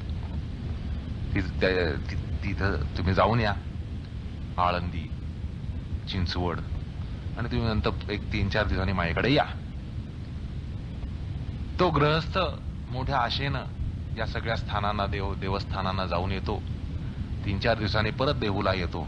तुकाराम महाराजांना म्हणतो, महाराज आम्ही जाऊन आलो, आता तुम्ही कृपा करा, तुमचा चमत्कार करा या ठिकाणी या मुलावर. तुकाराम महाराज त्या बाळाला जवळ घेतात, पाठीवर कुरवाळून म्हणतात, बाळा अति गोड खाऊ नकोस रे, एवढंच सांगतात. या बापाचा तिळपापड होतो. तो म्हणतो, मी इतक्या लांबून आलो ते एवढंच केवळ सांगण्यासाठी की काय पाठीवरनं हात फिरून आम्ही आतापर्यंत 100 वेळा केला, 1000 वेळा केलं, 1,00,000 वेळा केलं. हाच प्रकार आम्ही पण केला. पाठीवरनं हात फिरवून अगदी प्रेमाने कुरवाळून सांगितलं, बाळा खाऊ नकोस, गोड खाऊ नकोस, जास्त खाऊ नकोस. ते ऐकेल तर मूल कुठलं. तो भडकतो, महाराज मी इतक्या लांबून आलोय ते काय एवढ्यासाठी आलो का, हे आम्ही सुद्धा करून झालं. महाराज हसतात, स्मिता हास्याने म्हणतात, अरे बाबा मला स्वतःच खडीसाखरेचं गुळाचं वेड होतं, तर पहिल्यांदा मला त्याच्यावर ताबा मिळवला पाहिजे म्हणून मी घेतलं. 3-4 दिवस सांगितले, तर 3-4 दिवसामध्ये मी साखरेला गोडाला हात लावला नाही, गुळाला हात लावला नाही. आणि तसं केल्यानं मला नैतिक सामर्थ्य प्राप्त झालं. त्या नैतिक सामर्थ्याने मी त्याच्या पाठीवरनं हात फिरवला. तो आता यशस्वी झालेला आहे, तो जाऊन बघ. आणि खरोखर तो प्रकार यशस्वी झाला होता. सांगण्याचा मुद्दा असा, आई बापाने सगळ्यांनी त्याच्या पाठीवर हात फिरवून गोड खाऊ नको म्हणून सांगितलं, पण स्वतः गोड खातच होते की.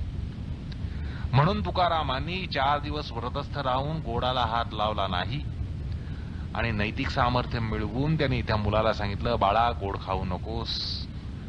आणि ते परिणामकारकतेनं सांगितलं, ते नैतिक सामर्थ्य मिळवूनच. आलं का लक्षात? असं एकूण या ठिकाणी मुद्दा असा की ब्रह्मचर्याचा विशिष्ट अर्थ जो आहे तो वीर्यलाभ, आणि वीर्यलाभाचा विशिष्ट अर्थ म्हणजे आध्यात्मिक ज्ञान संक्रमण करण्यामध्ये साफल्य. त्यासाठी लागणारं नैतिक बल, वैराग्य बल, धर्मबल, योग बल, सगळ्या गोष्टी, या सगळ्या बलांची त्या ठिकाणी उभारणी ही ब्रह्मचर्याच्या व्रतामध्ये होत असते. अर्थात ब्रह्मचर्य प्रतिष्ठा म्हटल्यानंतर आपण इतर सूत्रांमध्ये दुसरा विचार केला तो म्हणजे मृदू मृदू मृदू मृदू असा मृदुतम वितर्क सुद्धा अंतःकरणाच्या अंतस्थ कोशामध्ये न उठणं, अंतस्थ कोशामध्ये स्खलन न होणं, हाच त्याचा अर्थ आहे. आणि ती ब्रह्मचर्य प्रतिष्ठा आहे. तर अशा प्रकारे आपण ब्रह्मचर्य प्रतिष्ठेचाही विचार केला. यानंतर शेवटचं जे यमांग आहे अपरिग्रह, त्याच्या सिद्धीचा विचार 39व्या सूत्रामध्ये आपण करणार आहोत. अपरिग्रह स्थैर्यै जन्मकथंथा संबोधः. सूत्रकार म्हणतात की अपरिग्रह स्थिर होण्यानं, अपरिग्रह प्रतिष्ठा होण्यानं जन्मविषयक ज्ञान होतं. आता अपरिग्रहाच्या सिद्धीचा परिपाक या ठिकाणी सांगितला जातो. अपरिग्रह म्हणजे विषय सेवनातला निग्रह, अस्पृहा, संग्रही वृत्तीपासून निवृत्ती, हा अपरिग्रह आहे. आणि त्यासाठी अनभिलाष वृत्ती असणं हे अत्यंत महत्वाचं आहे. किंबहुना अनभिलाष वृत्तीच अपरिग्रह आहे. या वृत्तीची सिद्धी म्हणजे अंतःकरणाच्या कुठल्याही आतल्या अंतस्थ कोशामध्ये परिग्रहाचा जो वितर्क परिग्रह आहे त्याची मृदुतम बाधा सुद्धा न होणं, म्हणजे याद्वारा ही सिद्धी प्राप्त होत असते. आता ही अशी जी सिद्धी आहे की आपण एक या ठिकाणी बौद्धिक प्रक्रियेतून विचार केला तर अपरिग्रह म्हणजे अनभिलाष वृत्ती जी आहे त्याची सिद्धी जी आहे ती सिद्धी काय द्यायला देईल किंवा त्याची फलश्रुती काय असेल. फार तर सफल सहज अशी संन्यस्त वृत्ती ही योग्याला प्राप्त होईल हे आपल्याला समजेल. असं जर सांगितलं की अपरिग्रह स्थैर्यैहि परिव्राट वृत्ती प्राप्ती, संन्यास वृत्ती प्राप्ती, संन्यस्त वृत्ती प्राप्ती, तर आपल्याला पटलं असतं. कारण संन्यस्त वृत्तीसाठी शेवटी अपरिग्रह पाहिजे, अनभिलाष वृत्ती पाहिजे. त्यामुळे अनभिलाष वृत्तीची परिसीमा म्हणजे संन्यस्त वृत्ती. पण अशी फलनिष्पत्ती ही सामान्य बुद्धिवादानं किंवा बुद्धिवादाच्या प्रक्रियेनं मांडता येते. आलं का लक्षात? शेवटी आपल्याला काय वाटतं की अपरिग्रह म्हणजे अनभिलाष वृत्ती. अनभिलाष वृत्ती पराकाष्ठीची असेल तर काय शंकराचार्यांसारखे संन्यासी म्हणजे अपरिग्रह स्थैर्य असं आपल्याला वाटतं. पण ही जी कल्पना आहे ही निखळ कवी आणि त्यामुळे असं वाटतं की सूत्रामध्ये जे काही सांगितलंय, सूत्रामध्ये जे सांगितलंय ते कवी कल्पना आहे. आता काय संबंध अनभिलाष वृत्ती आणि जन्मविषयक ज्ञान, त्याचा काय संबंध आहे सांगा. त्यामुळे आपण किती जरी कल्पनाशक्ती ताणली तरी आपल्याला या अपरिग्रहाची सिद्धी जन्मविषयक ज्ञानामध्ये होत असते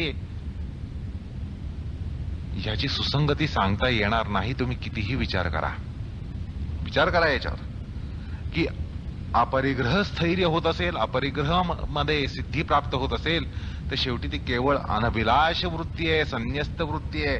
आणि संन्यस्त वृत्ती येण्यानं जन्मविषय ज्ञान होतं म्हणणं यात काकतालीय न्याय असं वाटतं. कावळा बसावा आणि फांदी तुटावी आणि आपण म्हणतो कावळा बसला म्हणून फांदी तुटली, तर तसं हे वाटतं. त्यामुळे या ठिकाणी शास्त्राने असं का म्हटलंय याविषयी उत्सुकता ही अभ्यासकाच्या मनामध्ये निर्माण व्हायला पाहिजे. त्यामुळे आपण या सूत्रामध्ये किंवा सूत्राचा विचार मोठ्या उत्सुकतेने करणार आहोत. असो, आता या ठिकाणी जन्मविषयक ज्ञान जे सांगितलंय ते म्हणजे वैद्यक शास्त्राला जे ज्ञान असतं ते नव्हे. जन्म कसा होतो, गर्भामध्ये कशी वाढ होते, असे वैद्यकामध्ये किंवा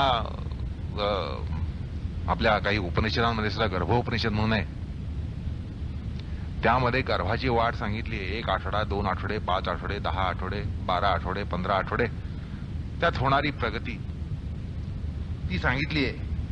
अर्थात हे प्रसव ज्ञान नाहीये. जन्मविषयक ज्ञान म्हणजे प्रसव ज्ञान नाहीये.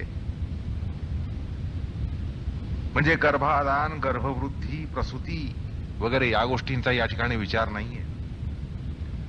जन्म हा कोणत्या कर्माचा, कोणत्या संस्कारांच्या, संस्कार समूहांचा परिपाक आहे. तो कसा विपाक होत गेला, त्या संस्कारांचं सर्जन कसं झालं, आपल्याला जन्म कुठल्या संस्कारांपासून मिळाला, ते संस्कार आपल्याला कुठे मिळाले, कसे मिळाले, संस्कारांचा समूह कसा बनला, हे ज्ञान या ठिकाणी सांगितलंय.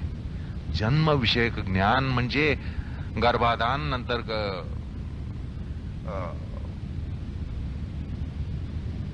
गर्भवृद्धी आणि त्यानंतर प्रसव, अशा प्रकारचं वैद्यक शास्त्राला अभिमत असलेलं जे ज्ञान आहे ते सांगितलेलं नाहीये. तर आपला जो जन्म झालाय, त्या जन्म होण्यामागे जे कर्मसंस्कार विपाकाला प्राप्त झाले, ते कर्मसंस्कार कुठले आणि ते कर्मसंस्कार कुठे, कसे, का, केव्हा प्राप्त झाले, ह्या सगळ्या गोष्टींचं ज्ञान म्हणजे या ठिकाणी सांगितलेलं जन्मविषयक ज्ञान.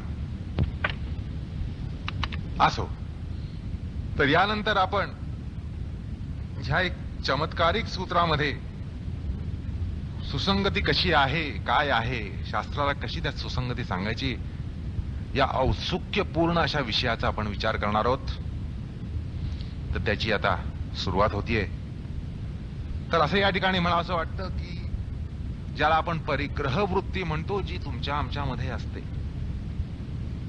सर्वसामान्यांमध्ये असते, जनसामान्यांमध्ये असते, परिग्रह वृत्ती असते, अभिलाषा असते, हे हवे, ते हवे, सर्व हवे. ही जी परिग्रह वृत्ती असेल तर आपल्या ममतेचे विषय हे वर्धमान होत जातात. जितका परिग्रह जास्त तितके ममतेचे विषय जास्त, जितके ममतेचे विषय जास्त तितका परिग्रह जास्त. हा जो संबंध आहे, हा सुसंगत संबंध लक्षात घ्या की परिग्रह वृत्ती आणि ममतेचे विषय ह्यांच्यामध्ये जो विशिष्ट संबंध आहे तो लक्षात घ्या. परिग्रह वाढला की ममतेचे विषय वाढणार, किंवा ममतेचे विषय वाढले तर परिग्रह वाढणार. लक्षात.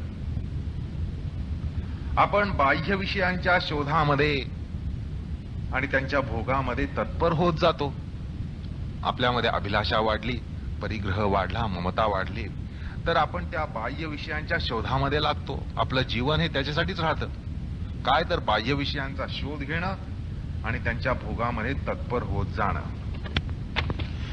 खरं म्हणजे यालाच जीवन म्हणतात, यालाच जीवन ऐसे नाव आहे. आलं लक्षात. आपले भोग मिळवणं, भोगांच्या शोधात जाणं, भोग साधनांच्या शोधामध्ये जाणं आणि भोग घेणं, हे आपलं जीवन असतं. दुसरं काय असतं आपल्या जीवनामध्ये? असो. आणि त्यामुळे काय होतं, आपल्यामध्ये अधिकाधिक बहिर्मुखता ही येत जाते. त्यामुळे आपण बहिर्मुख होतो. कारण भोगांचे विषय आपल्या बाहेर असतात आणि ते कुठे आहेत, त्यांचा पत्ता कुठे, ते केव्हा मिळतील, कुठे मिळतील, कसे मिळतील, किती मिळतील, ह्यासाठी आपण बहिर्मुख होत जातो. आपल्या वृत्ती बहिर्मुख होतात. आपण सतत बाहेर बघत राहतो, त्याची वाट बघत राहतो, त्याचा शोध घेत राहतो. आलं का लक्षात?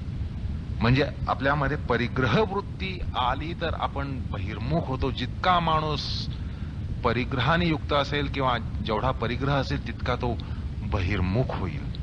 आणि जसा परिग्रह कमी होईल तसा तो अंतर्मुख होईल.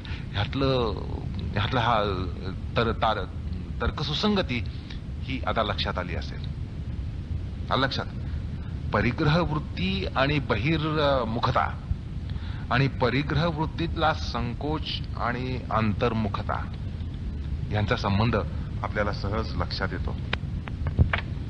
अर्थात सांगायचा मुद्दा असा की जर परिग्रह वृत्ती वाढेल तर आत्माभिमुखता कमी होईल. आता हाही एक याचा मुद्दा लक्षात घ्या की अध्यात्मामध्ये संन्यस्त वृत्ती सांगितली, हे सगळं सोडून द्यायला जे सांगितलं, आपल्याला वाटतं यात काहीतरी आदर्शवाद आहे. तर हा भाग लक्षात घ्या की आपल्यामध्ये परिग्रह वाढला तर बहिर्मुखता येते आणि परिग्रह कमी झाला तर अंतर्मुखता येते. आत्माभिमुखता ही येऊ शकते अपरिग्रह वृत्तीमध्ये. अपरिग्रह या ठिकाणी का सांगितलाय? हा सामाजिक आदर्शवाद नाहीये. आलं का लक्षात? सामाजिक आदर्शवाद नाहीये किंवा मानवी आदर्शवाद सुद्धा नाहीये की मनुष्यानं अपरिग्रह वृत्ती जोपासावी म्हणजे इतरांवर अन्याय होणार नाही. हा एक अर्थशास्त्राच्या दृष्टिकोनातून एक मानववादी दृष्टिकोन तिथं दिसतो. अर्थशास्त्र समाजशास्त्राच्या दृष्टिकोनातून आपल्याला असं दिसतं की अपरिग्रह वृत्ती ही समाजाला चांगली आहे, समाजाला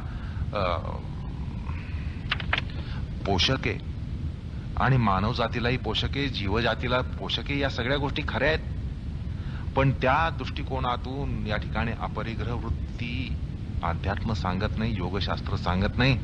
हा हेतू लक्षात घ्या. आणि ही सुसंगती इतकी स्पष्ट लागते या ठिकाणी की परिग्रह वृत्तीमध्ये आपल्यामध्ये बहिर्मुखता येते आणि परिग्रह कमी झाला तर अंतर्मुखता येते किंवा निदान पक्षी बहिर्मुखता ही कमी होत जाते. आता बघा, ह्याच्यामुळे काय होतं की जसा जसा अपरिग्रह वृत्तीचा उदय होत जातो आपल्यामध्ये, तसं तसं ज्ञानशक्तीचं बहिर्निष्क्रमण कमी होतं. आपल्याला काही बाहेर शोधावं लागणं हा प्रकार संभवत नाही त्या ठिकाणी. जो विषय लंपट माणूस आहे, ज्याच्यामध्ये परिग्रह वृत्ती आहे, भोग लालसा ज्याच्यामध्ये, त्याला विषय शोधावे लागतात, ज्ञानशक्ती बाहेर जावी लागते. कुठे मिळेल, काय मिळेल, केव्हा मिळेल, कशी मिळवली पाहिजे, ह्यासाठी त्याची ज्ञानशक्ती खर्ची पडत असते. आलं का लक्षात? ज्ञानशक्तीचं हे बहिर्निष्क्रमण होत असतं ममतेच्या विषयांसाठी, लोभांच्या विषयासाठी, सुखांच्या विषयासाठी. आणि हे बहिर्निष्क्रमण जे आहे ते कसं असतं हे आकृतीद्वारा तुम्ही काढलं तर तुमच्या लक्षात येईल की तुम्ही परिग्रहावस्था आणि ज्ञानाचं बहिर्निष्क्रमण हे समजून घेण्यासाठी एक आकृती काढा. एक वर्तुळ काढा आणि त्या वर्तुळाला एक बहिर्वर्तुळ असं दुसरं वर्तुळ काढा. आणि मग काय होतं, कारण त्या ठिकाणी जसे सूर्यकिरण आपण दाखवतो ना, तसे सूर्यकिरण दाखवा आणि ह्या सूर्यकिरणांची दिशा ही बहिर्निष्क्रमण दाखवणारी, बाहेर जाणारी अशी दाखवा. आणि हे सूर्यकिरण आतल्या वर्तुळातून निघू देत. जे अंतर्वर्तुळ आहे त्या आतल्या वर्तुळातून हे किरण बाहेर निघायला पाहिजेत, बहिर्वर्तुळाला छेदून ते बाहेर जायला पाहिजेत. आलं का लक्षात? असे किरण दाखवायचे. आता ह्या किरणांना बाणांचं स्वरूप द्यायचंय. आपण जसा बाण दाखवतो ना, निर्देशक बाण, तसं निर्देशक बाण या ठिकाणी हे दाखवायचे. ते सगळे किरण ह्यांना निर्देशक बाण म्हणून दाखवा. म्हणजे निर्देशक बाणांची जी खूण आहे, अग्रज आहे, ते दोन्ही ठिकाणी येईल. आलं का लक्षात? आपण निर्देशक बाण दाखवतो त्या ठिकाणी आपण एका बाजूला त्या निर्देशकाची टोपी दाखवतो आणि ती दिशा असते. तर या ठिकाणी या रेषांना दोन्ही मुखाकडे टोपी दाखवा. आता यात सांगायचं असं, याचं विवेचन असं द्यायचंय की ज्या वेळेला आपल्यामध्ये परिग्रह वृत्ती असते, विषयांमागे जातो, ममतेचे विषय असतात, तर त्यावेळेला ज्ञानशक्ती ही काही प्रमाणात आतमध्ये जाते आणि मोठ्या प्रमाणात बाहेर जात असते. काही प्रमाणात आत जाते असं म्हणण्याचं कारण की आपल्याला त्याविषयी विचार करावा लागतो. ही वस्तू कुठे मिळेल, ही वस्तू केव्हा मिळेल, ही वस्तू कशी मिळवायला पाहिजे, ह्याच्यासाठी आपण आपली काहीतरी बौद्धिक शक्ती वापरत असतो आणि आपण आतमध्ये विचार करत असतो. आपले विचार आतमध्ये जातात की हे आपल्याला केव्हा मिळेल, कसं मिळवायला पाहिजे, ह्याच्यात अडथळे काय असतील, अडथळ्यांवर आपण मातब्बरी कशी करायची, असा एक जो विचार आपल्यामध्ये चालू असतो तो या ठिकाणी बाणांना आतमध्ये टोपी दाखवल्याने त्याचा निर्देश केला जाईल.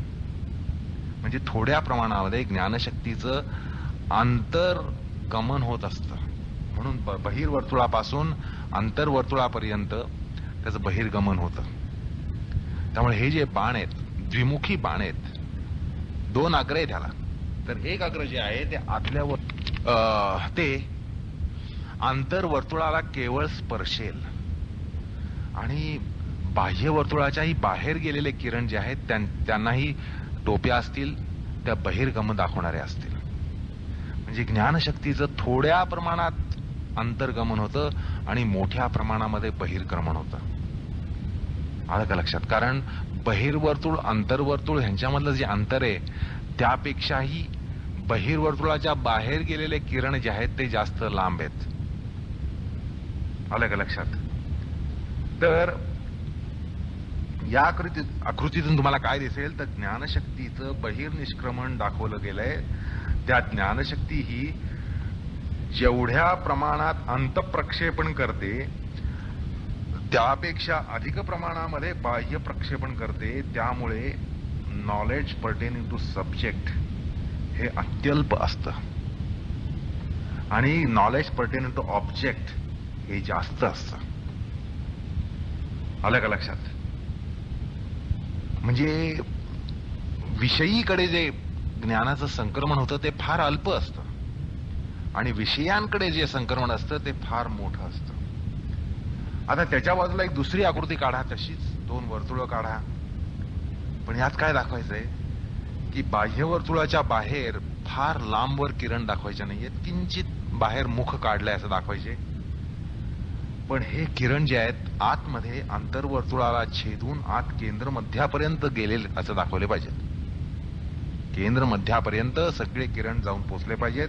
सगळ्यांना त्या आतमध्ये टोप्या असतील केंद्र मध्यापाशी आणि बाहेर थोड्या प्रमाणात बाहेर दिशा दर्शवणाऱ्या टोप्या असतील. आलं का लक्षात? तर या 2 आकृतींमध्ये जो फरक आहे तो पहिल्यांदा बघून घ्या आणि मग तुम्हाला असं लक्षात येईल की परिग्रहावस्था जी आहे दुसऱ्या वर्तुळामध्ये ज्ञानशक्तीचं आत्माभिमुख गमन हे जास्त आहे. केंद्रापर्यंत ते जात आहे, अर्थात त्यांची लांबीही जास्त आहे. आणि बहिर्निष्क्रमण हे बाह्य वर्तुळाच्या किंचित बाहेर आलेलं आहे. आलं का लक्षात? आणि त्यामुळे आता एकूण ज्ञानाची जी या ठिकाणी व्यवस्था आहे त्यातला फरक तो लक्षात येईल. परिग्रहावस्थेमध्ये ज्ञानशक्तीचं काय होतं आणि अपरिग्रहावस्थेमध्ये ज्ञानशक्तीचं काय होतं. अपरिग्रहावस्थेमध्ये आत्माभिमुख होऊन आत्मनिरीक्षण या ठिकाणी सुरू होतं. आलं का लक्षात? मग ह्याचा अर्थ काय की आपण ज्या संस्कारांद्वारा मूर्त स्वरूपात आहोत त्यांचं अमूर्त स्वरूप दिसतं. आपण ज्या संस्कारांद्वारा आज मूर्त स्वरूपात आहोत त्यांचं अमूर्त स्वरूप दिसतं. तुम्ही पहिल्या आकृतीकडे बघाल तर केंद्र मध्यापर्यंत कुठला किरण येतच नाही. ज्ञानाचा कुठलाही किरण केंद्र मध्याकडे येतच नाही.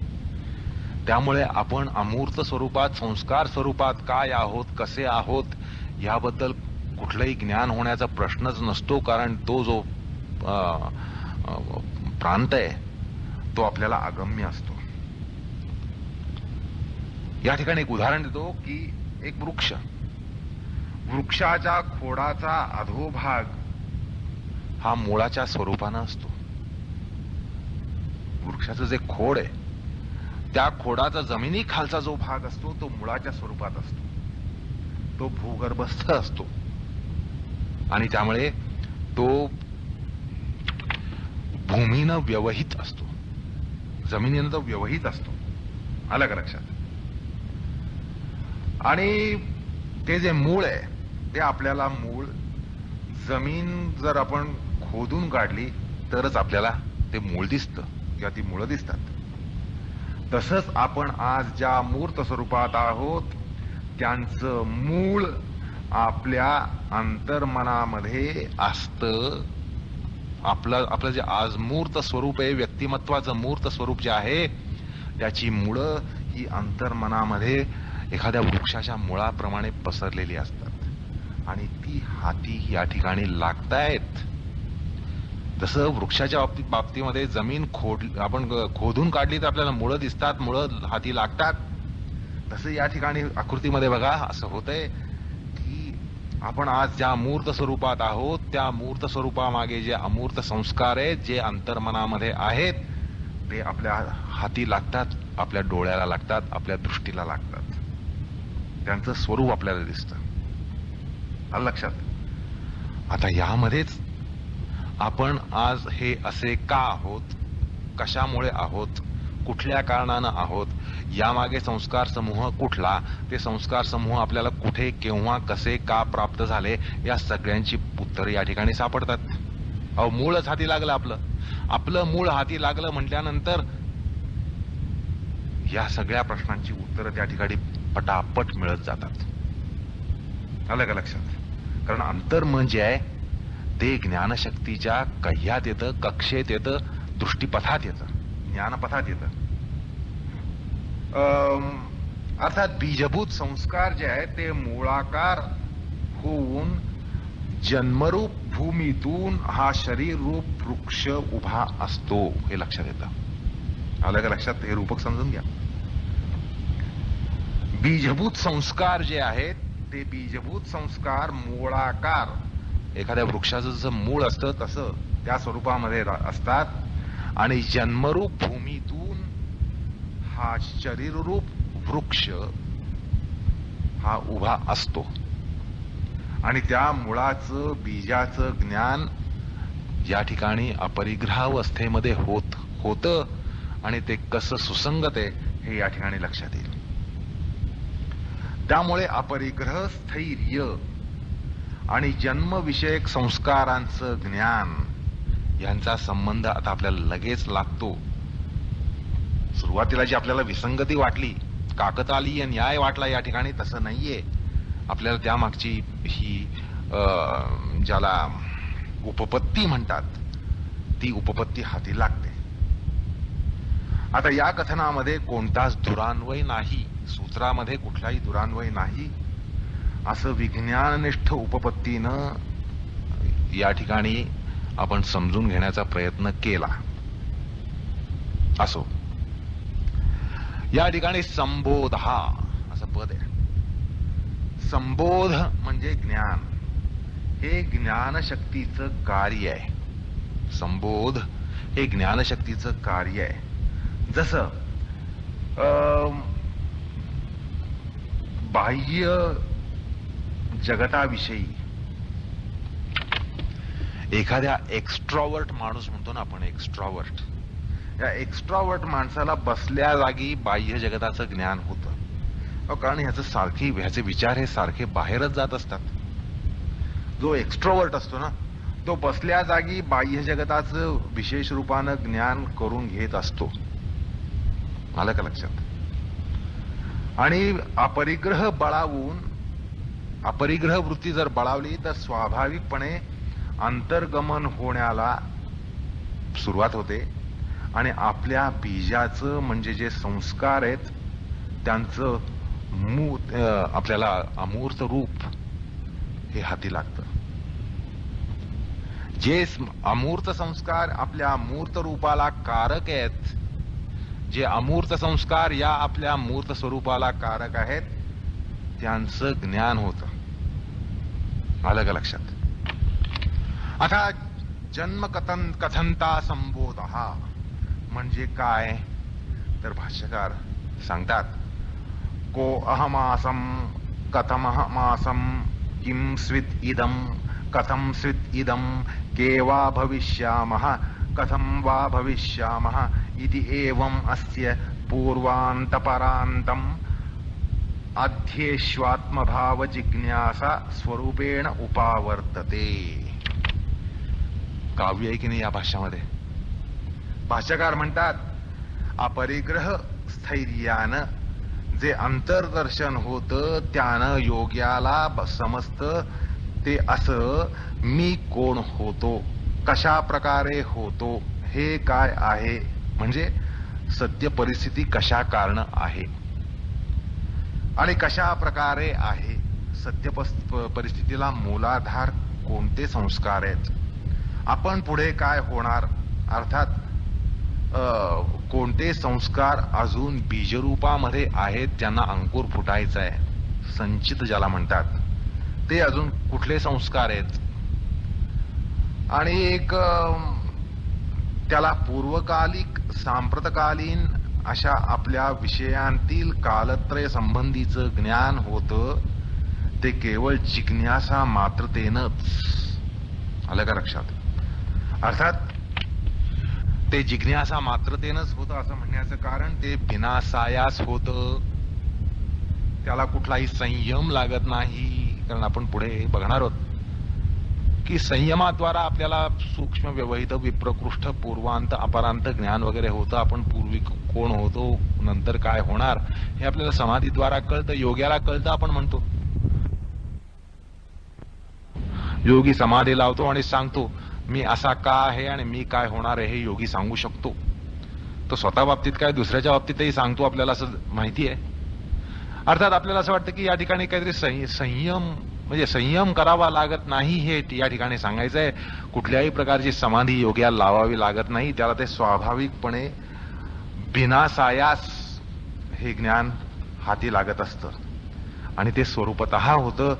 म्हणजे विपर्यास त्या ठिकाणी नसतो, किंचितही विपर्यास नसतो. समाधी नाही, समाधीचे ज्ञान नाही म्हणून त्यात विपर्यास असतो असं म्हणायचं कारण नाही. ते स्वाभाविक आणि स्वरूपतः होतं. असं आहे की जसं क्ष किरणाद्वारा शरीराचे आपल्याला बिनासायास प्रयत्न निरपेक्ष असं जे ज्ञान होतं ना, स्क्रीनिंग ज्याला म्हणतो आपण, आपल्या शरीराचं स्क्रीनिंग होतं की नाही एक्सरेच्या पुढे किंवा रेडिओलॉजीद्वारा. तर या ठिकाणी संस्काराशय जो आहे तो संस्काराशय योग्याला दिसतो. संस्कार कोश हा योग्याला दिसतो, बिनासायास दिसतो. रेडिओलॉजिस्टला कुठला सायास असतो? बिनासायास त्याला आपल्या शरीराचं अंतर्दर्शन होतं. तसं या ठिकाणी योग्याला संस्कारांच्या बाबतीत होतं, प्रयत्न निरपेक्षपणे होत असतं. आणि हे असं म्हणण्याचं कारण संयमात्मक संस्कार साक्षात्करण अशा प्रकारचं हे ज्ञान नाहीये. तो प्रकार पुढे सांगितलाय. संयमात्मक किंवा संयमजन्य संस्कार साक्षात्करण हे तिसऱ्या पदात सांगितलेलं आहे. 18व्या सूत्रात सांगितलंय. शोधा बघा त्या ठिकाणी. तर तो प्रयत्न सापेक्ष असा प्रकार असतो. तो प्रयत्न सापेक्ष आहे आणि हा प्रयत्न निरपेक्ष आहे. हा जिज्ञासा मात्रेनं होऊ शकत असतो. तो जिज्ञासा मात्रेनं होऊ शकत नाही. त्याला संयम व्हावा लागतो. ध्यान, धारणा, समाधी या गोष्टी त्याला साधाव्या लागतात त्या ठिकाणी. असो, तर अशा प्रकारे अपरिग्रह व्रताची सिद्धी, त्याचं स्वरूप काय आहे हा आपण या ठिकाणी विचार केला. अर्थात अपरिग्रह सिद्धी कशी होती किंवा कशी होते हा प्रकार आपण इतर सूत्रांच्या संदर्भात पाहिला तसाच या ठिकाणी होतो. कृतकार्य लोभ अनुमोदित किंवा लोभ क्रोध मोह पूर्वक मृदुमध्य अधिमात्र अशा कुठल्याही स्वरूपाचा वितर्क उभा राहू नये, उभा न राहणं ही अपरिग्रहाची सिद्धी असते. त्यात स्थैर्य असतं, अपरिग्रह प्रतिष्ठा असते. अंतर्मनामध्ये कुठल्याही प्रकारची वासनेची पाल न चुकणं, स्वप्नात सुद्धा न चुकणं हा अपरिग्रह स्थैर्याचा प्रकार आहे. अशा प्रकारे आपण अपरिग्रहाचा या ठिकाणी विचार केला, अपरिग्रह सिद्धीचा विचार केला. अशा तऱ्हेने 5 यमांमध्ये वितर्क बाधा आत्यंतिकता न येणं यानं जे निष्पन्न होतं ते सांगितलं गेलं, त्याचा आपण या ठिकाणी अभ्यास केला. यामुळे अहिंसादी केवळ नीती आचार धर्म वाटतात, ते परिणामतः योगज धर्म, निरोध धर्म, वैराग्य, एकाग्रता, विवेक यांना कसे फुलवतात हे दिसल्यानं अहिंसादींना धर्मशास्त्राप्रमाणे योगशास्त्रामध्ये ग्राह्य धरण्यात विशेष हेतू कोणता हे स्पष्ट होतं. अर्थात अहिंसा, सत्य, अस्तेय, ब्रह्मचर्य, अपरिग्रह हे योगांग कसे आहेत हे या ठिकाणी आपल्याला सहज लक्षात येतं. आलं का लक्षात? धर्मशास्त्राने सांगितलेला अहिंसा, सत्य वगैरे वगैरे, अस्तेय, ब्रह्मचर्य, अपरिग्रह हे योगांग म्हणून कसे दाखवता येतील या ठिकाणी आपल्याला स्पष्ट लक्षात येतं. कारण ह्यामध्ये अन्वित असलेला योगज धर्म, निरोध धर्म, वैराग्य, एकाग्रता, विवेक, निष्पत्ती हे सगळे या ठिकाणी आपल्याला दिसतं. या प्रत्येक यमामध्ये ह्या धर्मांना कसं वर्धिष्णू ठेवलं जातं हा प्रकार लक्षात येतो. त्यामुळे ते योगांग कसं हेही या ठिकाणी आपल्या लक्षात येतं. ही केवळ नीतिमूल्य नाहीयेत. योगशास्त्रामध्ये ही नीतिमूल्य म्हणून सांगितलेले नाहीयेत, ते योगांग आहेत. योगांग आहेत म्हटल्यानंतर योगज धर्म, योगधर्म त्यांच्यामध्ये कसा आहे हे या ठिकाणी आपल्याला स्पष्ट लक्षात येतं. यातल्या प्रत्येक यमाची फलनिष्पत्ती ही योगपरक आहे. यातल्या प्रत्येक म्हणजे अहिंसा, सत्य, अस्तेय, ब्रह्मचर्य, अपरिग्रह हे जे 5 यम पाहिलेत, त्यांच्या व्रताची सिद्धी किंवा फलनिष्पत्ती ही योगज आहे, योगोपयोगी आहे, योगात्मक आहे, हे आपल्याला या ठिकाणी स्पष्ट दिसतं. अशा प्रकारे आपण अपरिग्रहाचा या ठिकाणी विचार केला, अपरिग्रह सिद्धीचा विचार केला. अशा तऱ्हेने 5 यमांमध्ये वितर्क बाधा, आत्यंतिकता न येणं यानं जे निष्पन्न होतं ते सांगितलं गेलं, त्याचा आपण या ठिकाणी अभ्यास केला. यामुळे 4 धर्म वाटतात. ते परिणामतः योगज धर्म, निरोध धर्म, वैराग्य, एकाग्रता, विवेक यांना कसे फुलवतात हे दिसल्यानं अहिंसादींना धर्मशास्त्राप्रमाणे योगशास्त्रामध्ये ग्राह्य धरण्यात विशेष हेतू कोणता हे स्पष्ट होतं. अर्थात अहिंसा, सत्य, अस्तेय, ब्रह्मचर्य, अपरिग्रह हे योगांग कसे आहेत हे या ठिकाणी आपल्याला सहज लक्षात येतं. आलं का लक्षात? धर्मशास्त्राने सांगितलेला अहिंसा, सत्य वगैरे वगैरे, अस्तेय, ब्रह्मचर्य, अपरिग्रह हे योगांग म्हणून कसे दाखवता येतील?